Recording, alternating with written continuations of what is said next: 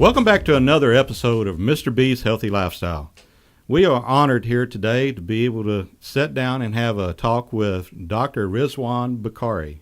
Dr. Bukari, how are you doing today? I'm doing great, Bobby. Thank you so much for inviting me. I'm excited to have the opportunity to have a conversation with you. Oh, this is great. We've been waiting to do this for a while. We keep talking about it and everything. Yeah, we have been, haven't we? Yeah. Well, for our listeners and everything, can you tell our listeners a little bit about your practice? Yeah, I'm a vascular surgeon, which means I operate on all the blood vessels in the body except those in the heart and in the brain. So I let the neurosurgeon do the brain, and I let the heart surgeon do the heart, and I take care of everything else. And by that means I not only operate on them, but I also generally manage the medical aspects of people's disease in those arteries.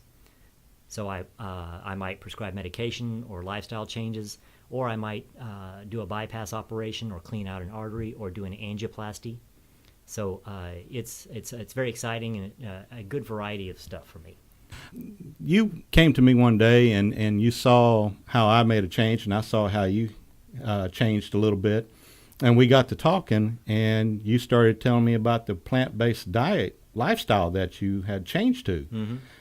What made you go into that change? Well, first off, let me tell you how exciting it was. That I remember when we sat and I laid eyes on you probably the first time in a few months. Right. And which was different because you and I used to see each other all the time at the hospital. Right. And you looked so different, and I was so impressed. And we just started talking.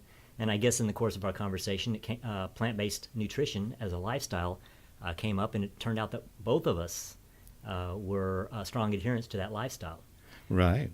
So for me, nutrition is an extremely important part of the lifestyle management counseling that I do when I talk about medical therapy for vascular disease. Vascular disease is the same thing as coronary artery disease. It's atherosclerosis, or the buildup of plaque inside arteries that causes blockages. And so when we talk about management of lifestyle, there's really two main things that I focus on in people's lives. One is smoking, and then the other is nutrition. I believe that those are the two biggest areas where people can make an impact on their atherosclerosis. After you made the change, how difficult was it for you to gradually get to that point of going all plant-based? So, it was years ago that I recognized the benefits of a plant-based nutrition lifestyle. And I had made a decision to work towards that. Knowing myself, though, I didn't do it cold turkey. I transitioned slowly. Right, I had to do that too. And I think that it's different for every person. And really, if people decide they want to do this, they have to look at themselves and make a decision. For me, what I did is I stopped making meat the central aspect of my meals. And I still allowed myself to have some meat, but I started to make it less of a focus. I worked with the vegetables that I had and the fruits I had, and then I might add a little bit of meat to the plate. And once I started to do that, it became easier and easier then to come up with ways to eat comfortably and make myself happy with the food. And then finally, last year, when I had decided that I really need to make this, go all the way, and I went from that last bit of where meat might have been 10% of my diet to transitioning completely. And so therefore, because it was a slow transition for me, I didn't really feel it one day after the other. But if you look back over the course of a year, there was a big difference.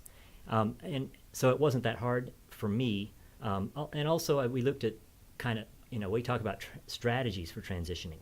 And so I like to tell people, add something to your list of foods before you take something out. And so incorporate some plant-based foods and start using those, and then you can get rid of some meat-based stuff. And then over the course of time, you've kind of transitioned in a lot of good stuff and transitioned out a lot of bad stuff. So through all of this time that you went and changed your total lifestyle and went a lot less meats and other processed foods and went more towards the plant-based and everything, what kind of changes were you noticing from that? Well, I think that there's this concept that you have to eat meat to get your protein. Right. Well, that's wrong. I was subject to our cultural belief set, and so I was looking at myself to see, well, was I going to feel weaker? Was I not going to be as good at working out?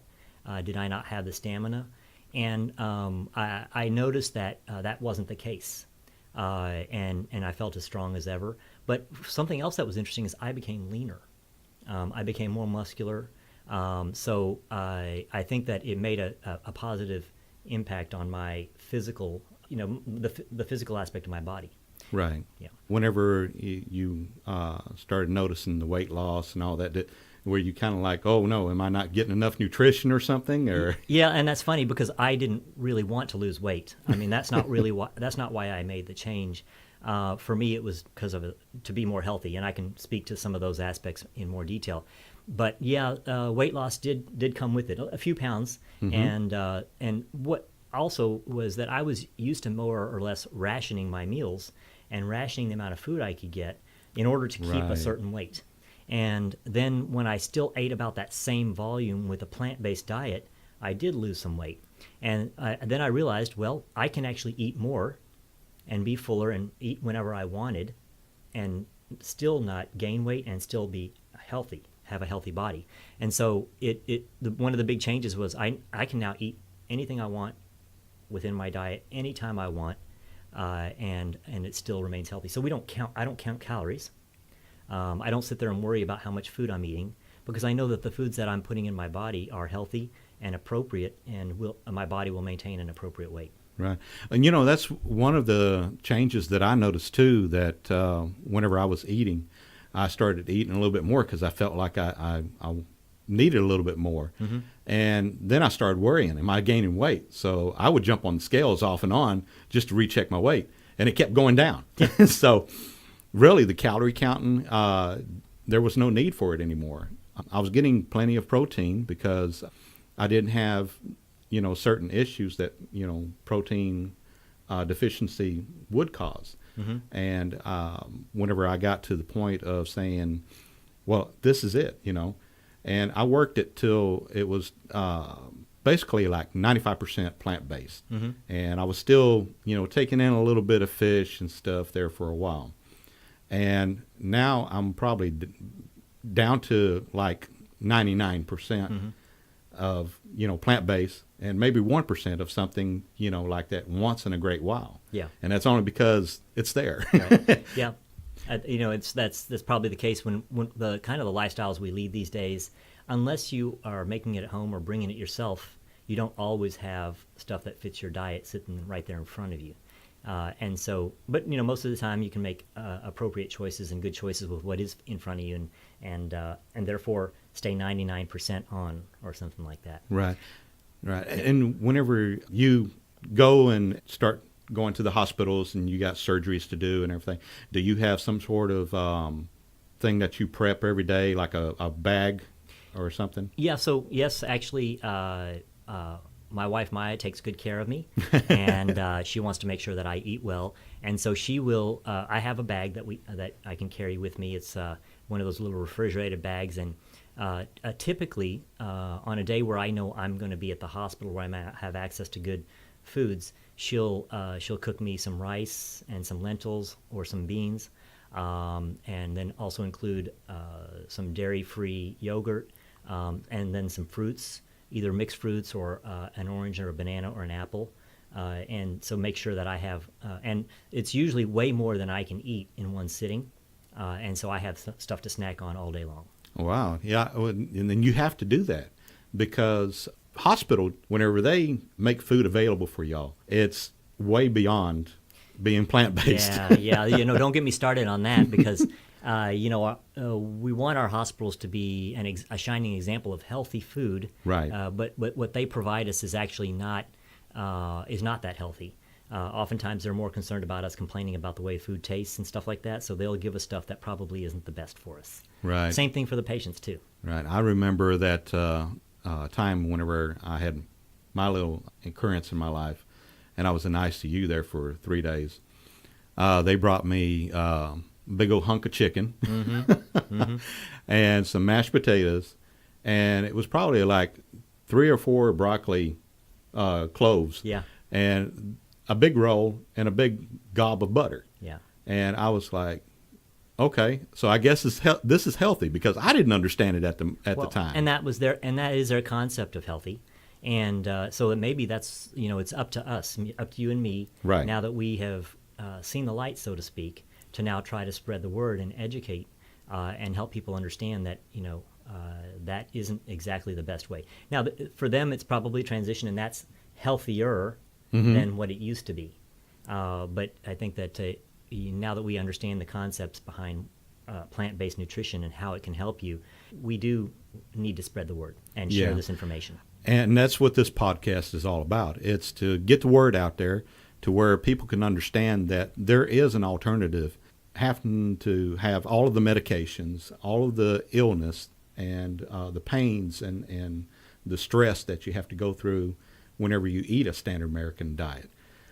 The biggest problem that we have in our society right now is that commercialism of all of the fast food products. You got McDonald's, you got Taco Bell, you got, and so on. You got where's the beef? Yeah, where's the beef? Yeah, and they're all out Milk, there. it does a body good. Yeah, milk does the body good. Well, I'm still looking for the good.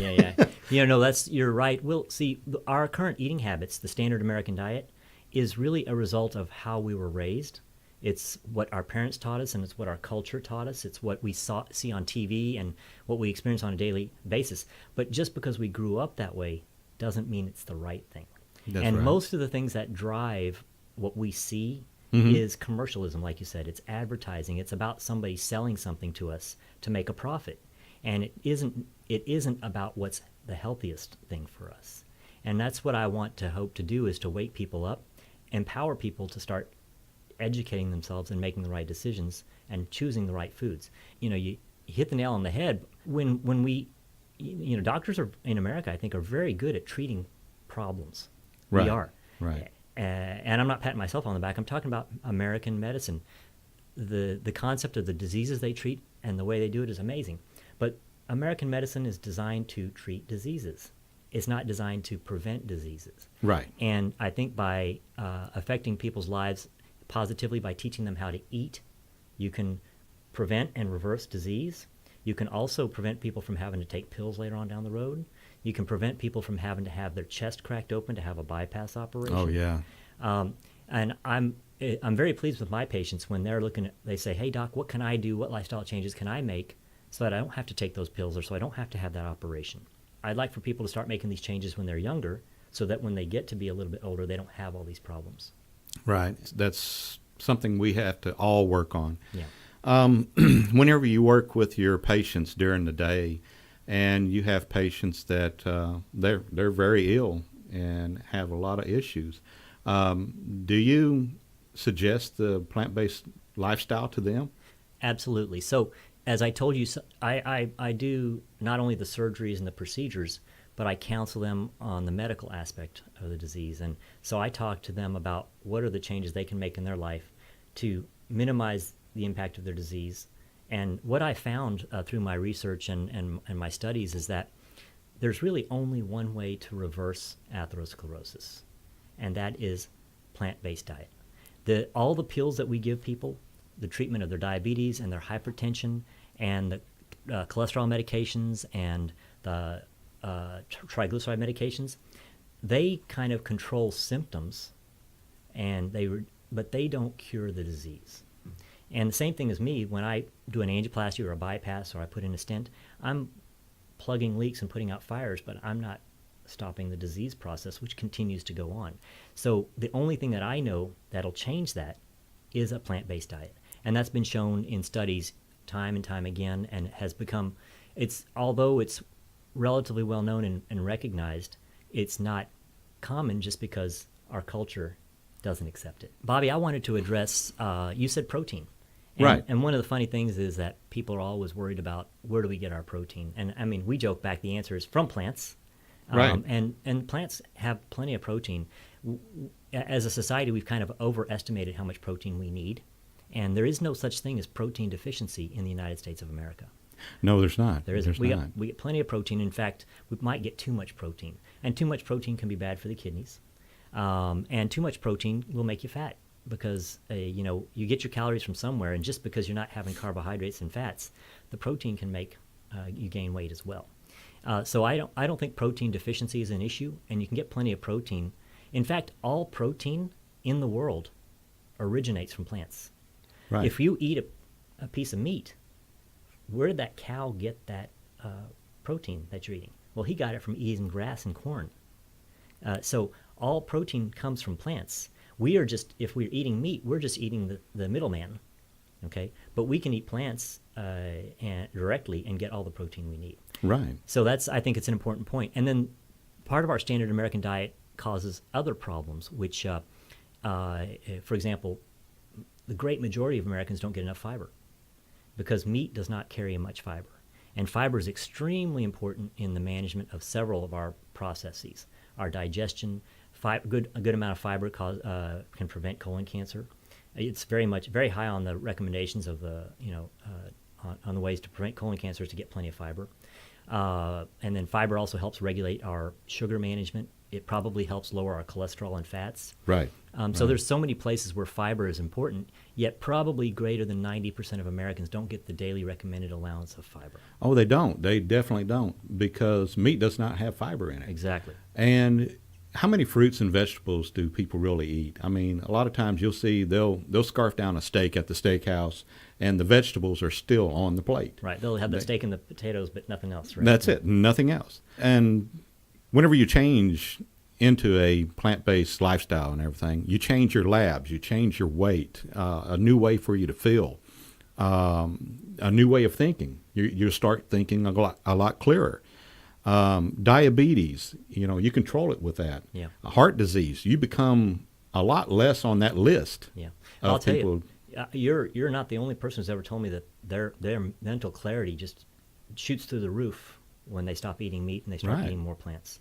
And I had a guy recently tell me he wanted to be a doctor, and he couldn't. But now, today, he wishes he thought as clearly today then as he did today, and he would have gone into medicine. Wow, and I believe if I would have been raised with a little bit more better nutrition and everything, I would have had a lot better chances into going into one of those higher colleges and Yeah. maybe even being a doctor myself. Mm-hmm.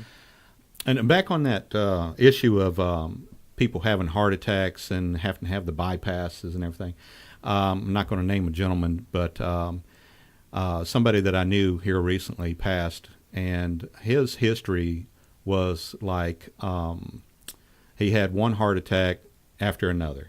He actually had 3 heart attacks. Okay. And they finally did a double bypass on him. And, of course, whenever he went back home and continued on with his life, he didn't change his lifestyle, his diet. And it became more of a problem with him because now he was going to the doctor twice as much and on twice as many medications. And as many times as I was like, hey, you need to try this and everything, he's like, oh, no, I ain't going to try that and everything. Well, it finally got him last week, Yeah. as a matter of fact. I'm sorry to hear that. And whenever we look at people around us and we go out to eat and make our real selective choices of what we're going to eat at that restaurant and everything, I look around and I see people and what they're eating and how they're eating it. And not only that, how they look. Mm-hmm. Obesity is a very large problem here in America. No pun intended. No pun intended. It's large a serious problem. Yeah. And we keep looking at a solution to fix this. And the only solution I keep coming up with and running into is the plant-based lifestyle. Yes.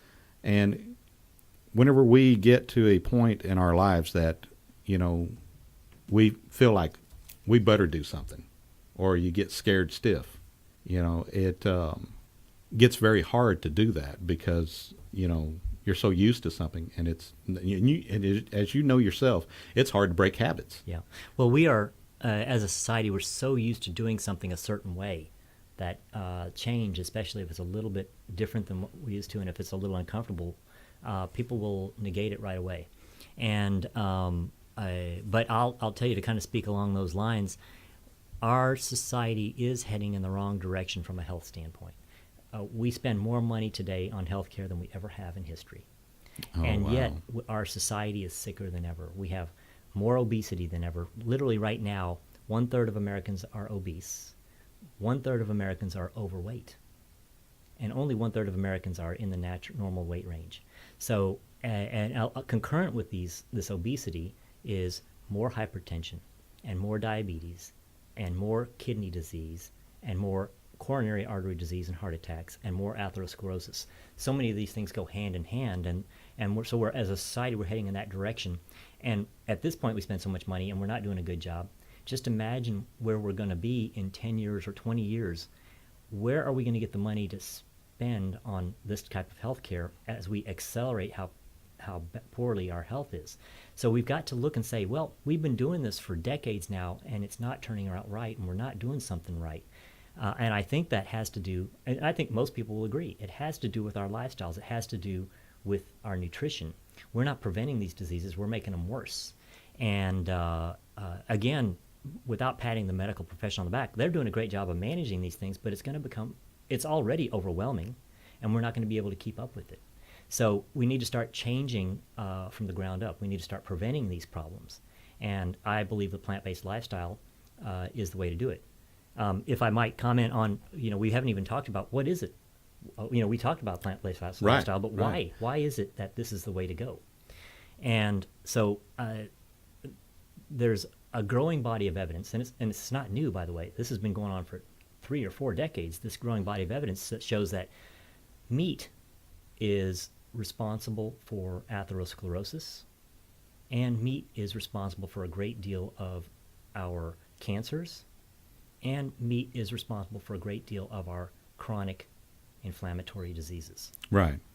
And when you look at the top 10 disease processes that exist in the United States, 7 of them, or essentially 70%, are diseases that occur as a result of our lifestyle. So start thinking, well, what can we do to change our lifestyle to improve these things? We can positively affect 70% of the disease in America today. Mm-hmm. And that's so now, by going on a plant-based lifestyle, when I say plant-based, I'm referring to whole food plant-based. Okay. Right. And what is that? That means that you're eating foods, you're eating plants and vegetables that are as close to their natural state as possible. So they're not refined, they're not processed. So, for example, French fries could be considered plant-based, but they're fried and they're processed and they got a lot of oil in them. Right. Whereas an apple, that's very close to its natural state. Mm-hmm. If you had the choice between French fries and an apple, I'd say choose the apple. And people clearly, that's just makes natural sense. People know that's healthier. They know it. Right. Our public knows that meat is not good for them. Fully 1/3 of Americans polled say they are trying to reduce or eliminate meat from their diet. And when you ask them why, they'll say, well, because it's bad for you. So people know it. But the natural forces that we experience and encounter have been counter to that for all our lives. They've been teaching us to go buy a Happy Meal, which is $5. Right. And it's cheap and easy. And so people talk about how easy it is. And of course, we've created lifestyles where we're so busy, we just want the quick food. But I think if we want to change and we want to be healthier, we realize it does take a little bit of effort, Mm-hmm. and it takes some planning, but it can be done. And a little bit of effort put forth on the front end is way better than having to deal with thousands of dollars of pills a year and chronic illness and dying sick and having your chest cracked open and having bypass operations and dealing with cancer. If you can reduce your chances by 70% of having those problems, I'd say it's worth it. Oh, it's very worth it. And I touched on a subject here recently before in one of my other podcasts about the cost of, the food. Mm-hmm. Going plant-based. A lot of people are like, I can't afford that and everything. Well, you can't afford the hospital bill. Yeah, there's no way. Yeah, well, yeah, they forget that it's going to cost you on the back end, and it's going to be worse. It's not only going to cost you money, it's going to cost you your life and your health. But the reality is, you can actually be smart about it, and it can be quite affordable. Mm-hmm. Some of the staples of a plant-based diet are rice, beans, and lentils. You can buy those things in bulk. You can cook them on the weekend, and you can make large servings that are a bag of rice is $1. Yeah, okay? Yeah, and that'll make 10 servings. Several. And a bag of beans and a bag of lentils, or canned beans and canned lentils, are pretty inexpensive. There's one I like, which is it's $1.49, and it makes 2 servings of lentils. for 2 full meals. So I can have 50 cents for the rice and 75 cents for my lentils, and I've got a meal for $1.25. And and those are just estimates, but that just gives you an idea. That's a lot cheaper than spending $8 or $9 or $10 on a burger and fries and a drink at the fast food place. Right. And, since I go to the store and do all of my own shopping, because my wife, she doesn't do the plant-based lifestyle just yet, but she keeps leaning towards it, but Good. she keeps falling back over that line. We need to be examples for people. Right. And you have to be an example and be there for them whenever, they need it. But whenever I go to the store and buy all my fruits, nuts, berries, vegetables, all of the items that I need that are straight out of the produce aisle. There you go. And, I leave there and I've probably got about $50, $60, $70 worth of groceries. And when I get home, everything's got to go in the fridge because the only thing that goes on the shelf is my beans, my rice, and like you said, the lentils and all those things.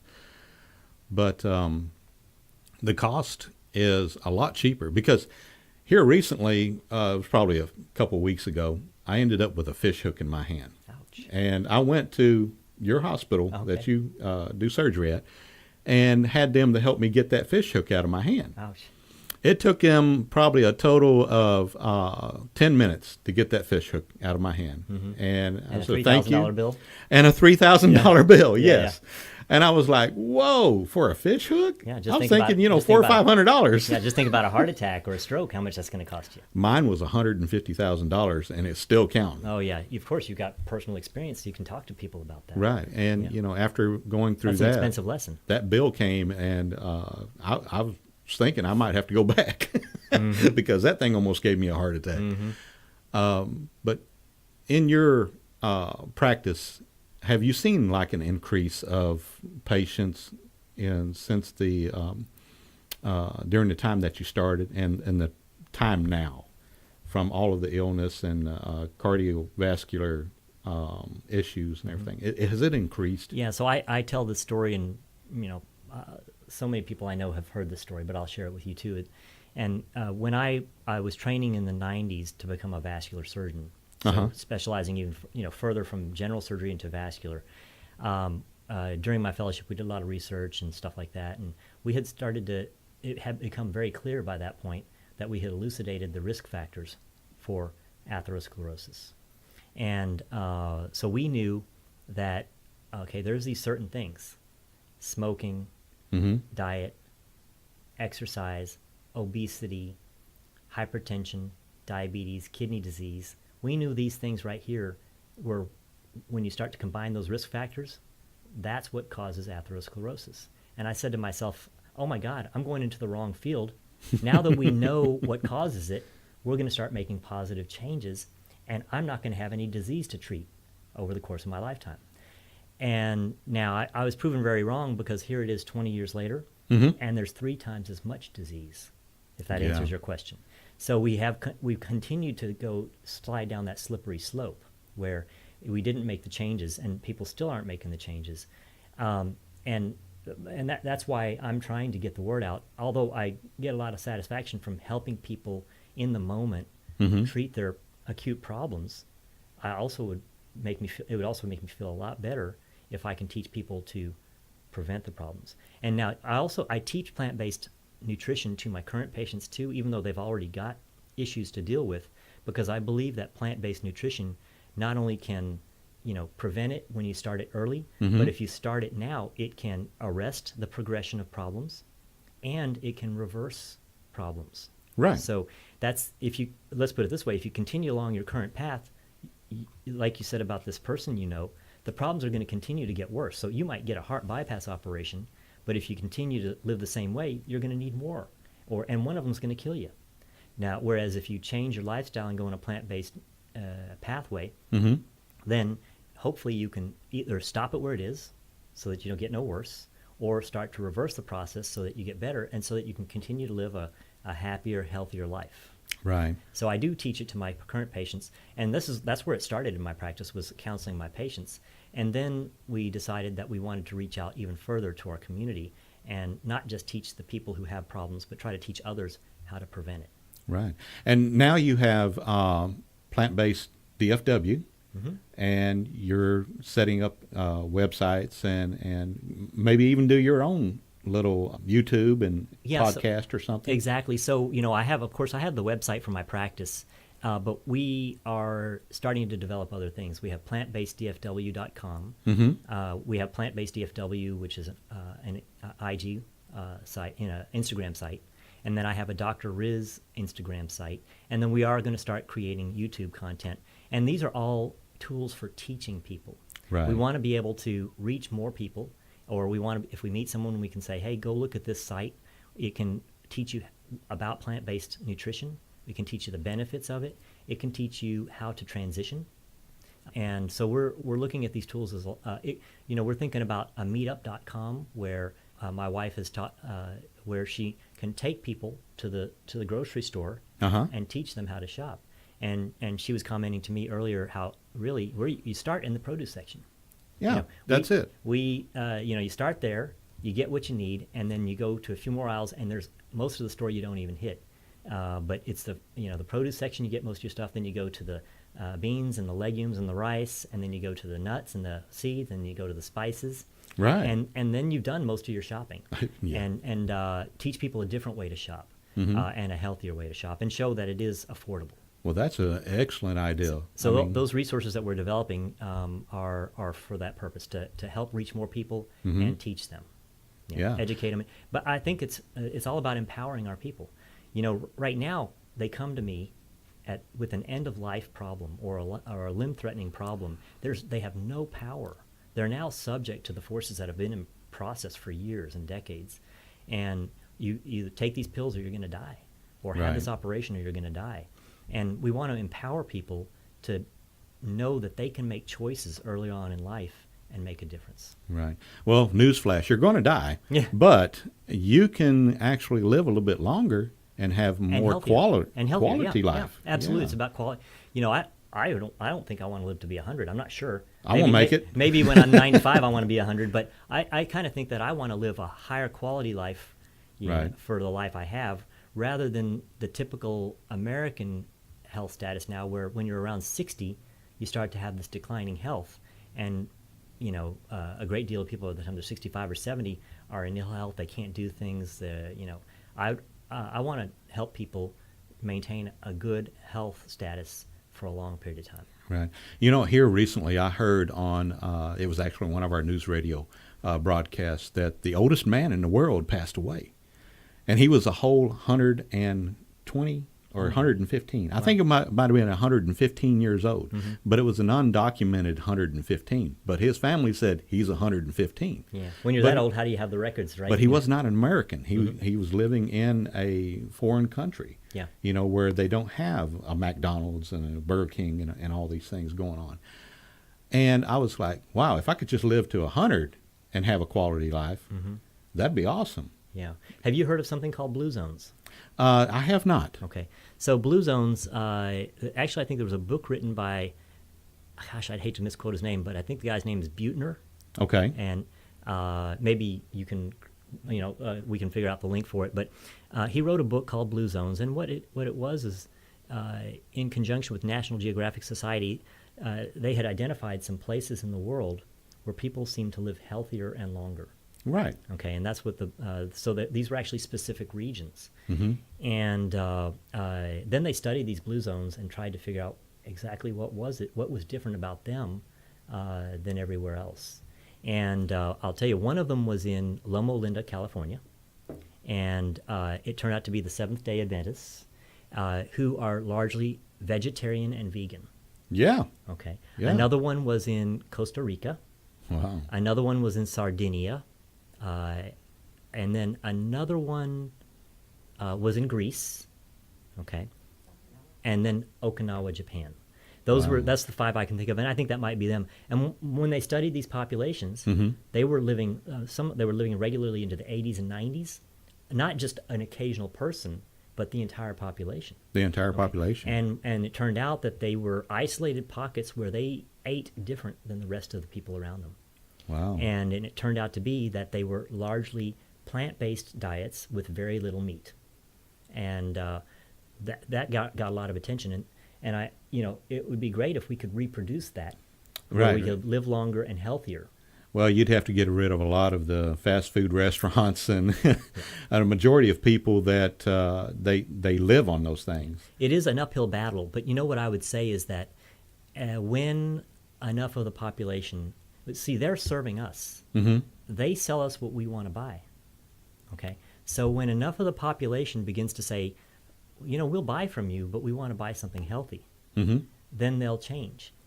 And so it's okay if McDonald's transitions their models to plant-based burgers, okay, and healthy French fries and fruits, if that's what the population will buy. And I think so. What I think that needs to happen is us as the service providers provide us a service. We need to demand healthier options. Right. And so if enough of the population takes on, and I think we're seeing it happen, in the United Kingdom, I've seen estimates where as much as 10% of the population is vegan.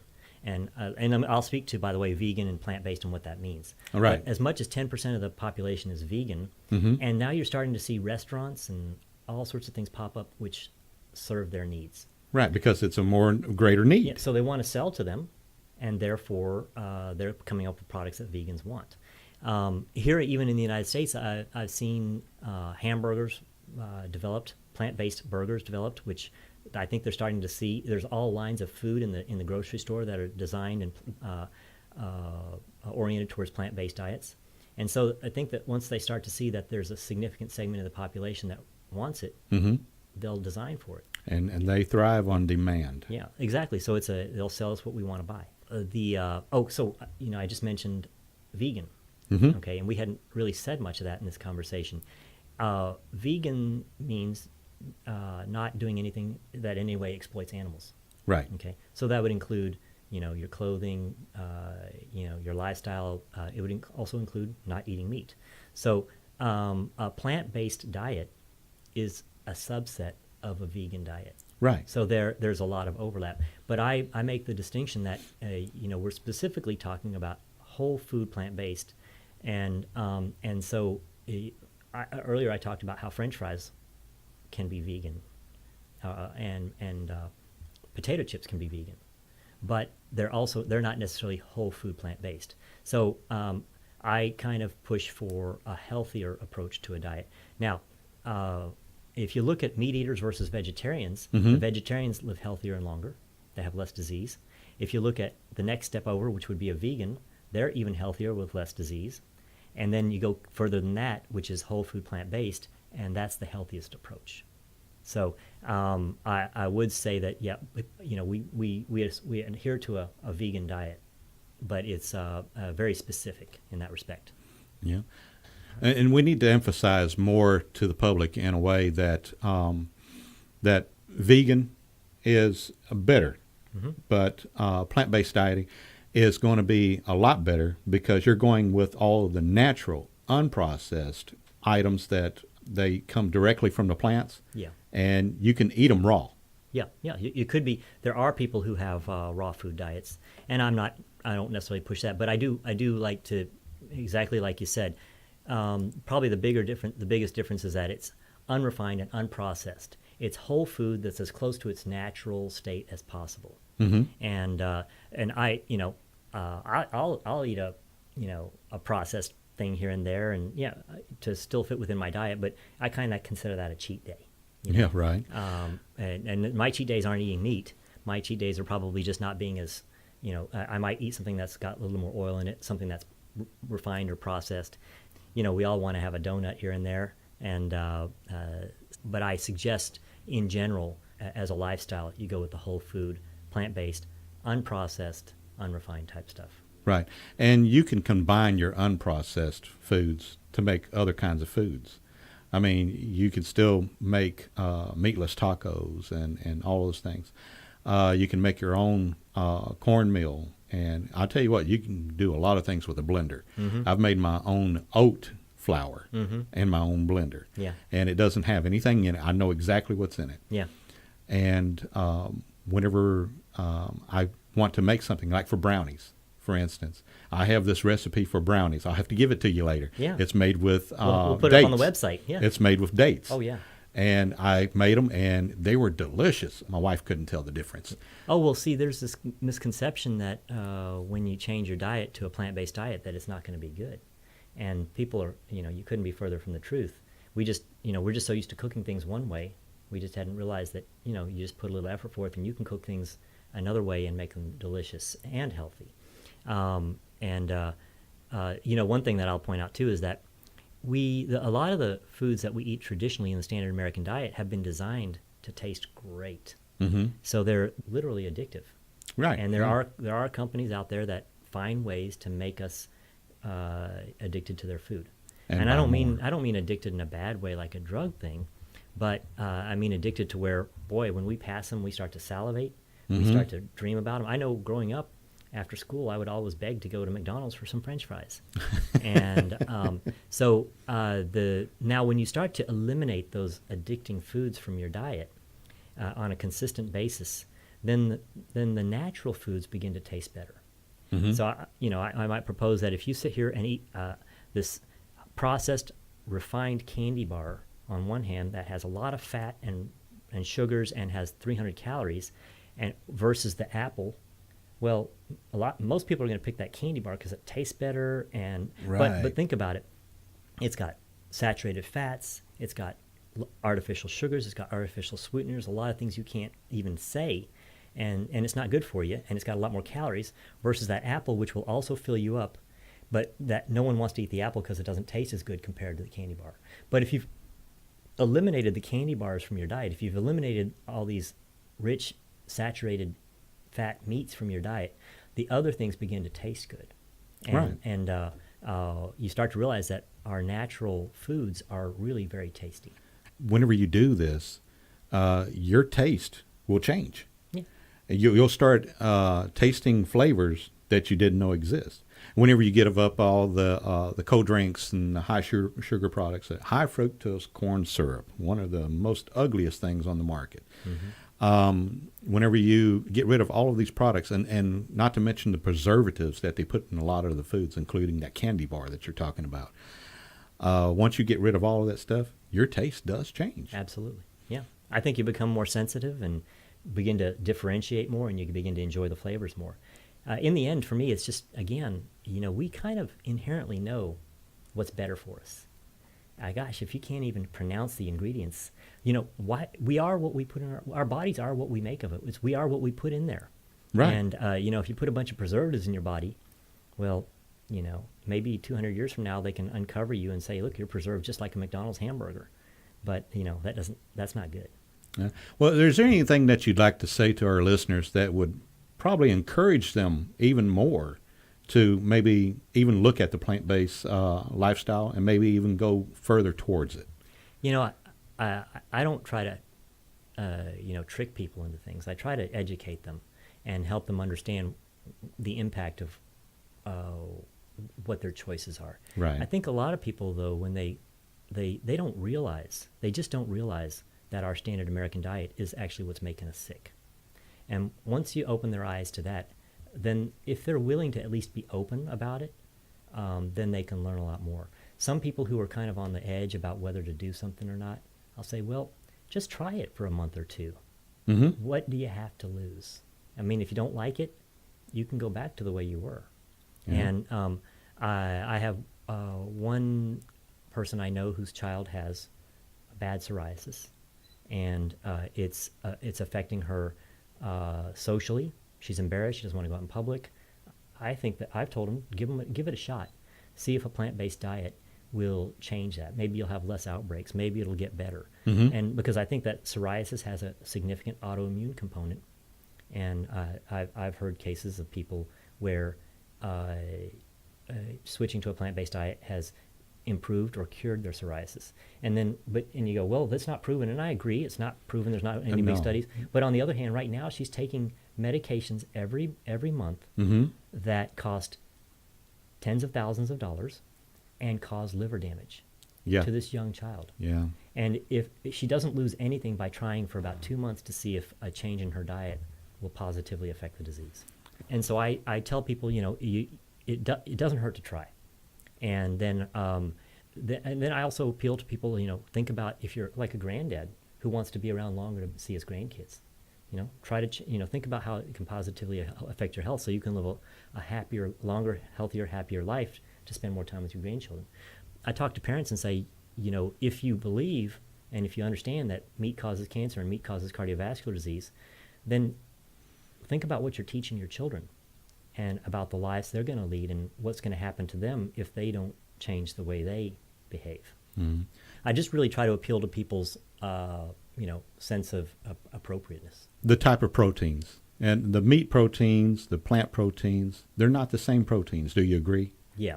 And that's, I think, so we didn't really get into a in-depth discussion about what it is that causes the problems.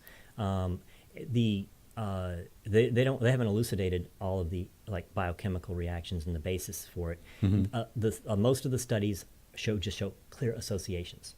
Yeah, that's it. And statistically significant associations, but they haven't elucidated all the stuff.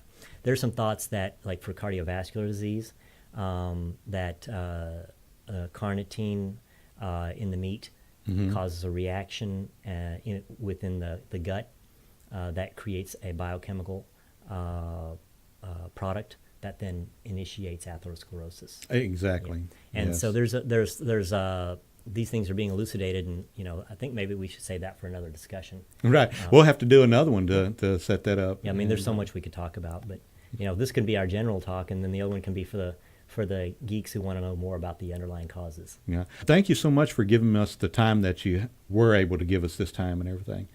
You hear it from a doctor, Dr. Bukari, and he has changed his life with a plant-based lifestyle.